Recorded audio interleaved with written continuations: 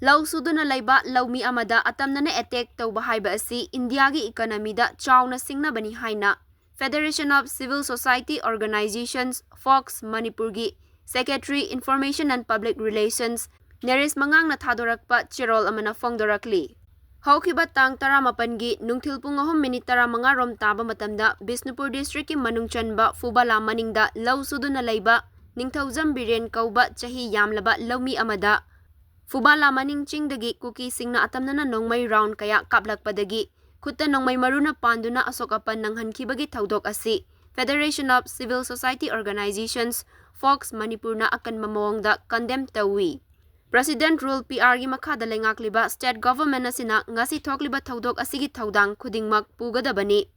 Laibak tibadi handak Imphal East District ki manungchanba pukhawda masagi pata leiba lawfamda lawkhoina ba thawrang tawruba maitei singda Chin Kuki Zofurup ki miyoi karana ating mapirakpadagi charang naba fiba mama thokre adubu maduda su mafamaduda duty tawriba Central Forcing na ating ba amata pidaba nang ngasisu makatana maitei singi lawfam singda lawpan ba yadanaba atamnana chatharakpa attack ni haina lawi Manipur gi apunbagi saktamda singnaduna Myanmar laibaktagi logi wangmada lamdamasida changlakhiba Chin Kuki Zofurup ki miyoi karagi thawsildagi thokliba Chahi ani helaba charang na befibam asigi waroishin puraknaba hotnabada nakanani maktagi khutlai thadoknaba lawkhatlakliba lengaki thawsil adubadi pukning thawgatli adubu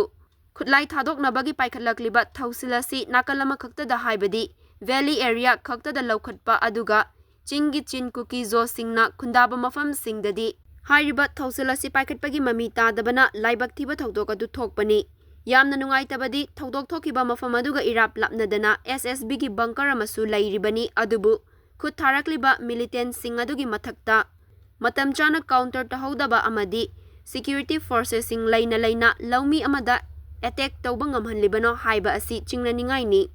loinana thawdok aduda January ba Chin Kuki zo militant sing adugi mathakta state government na chapchaba action lawkhataba taragadi Miyamna state lengaki mayokta akan makhongjang changsilakloi hainingai leite hairi Cherol asina makata na hai Chin Kuki zo singda khutlai paihalaga valley da leiba micham miyamda atamnana hatnaba honarabra haiba asi thawong asina henna chingnaba fawhalle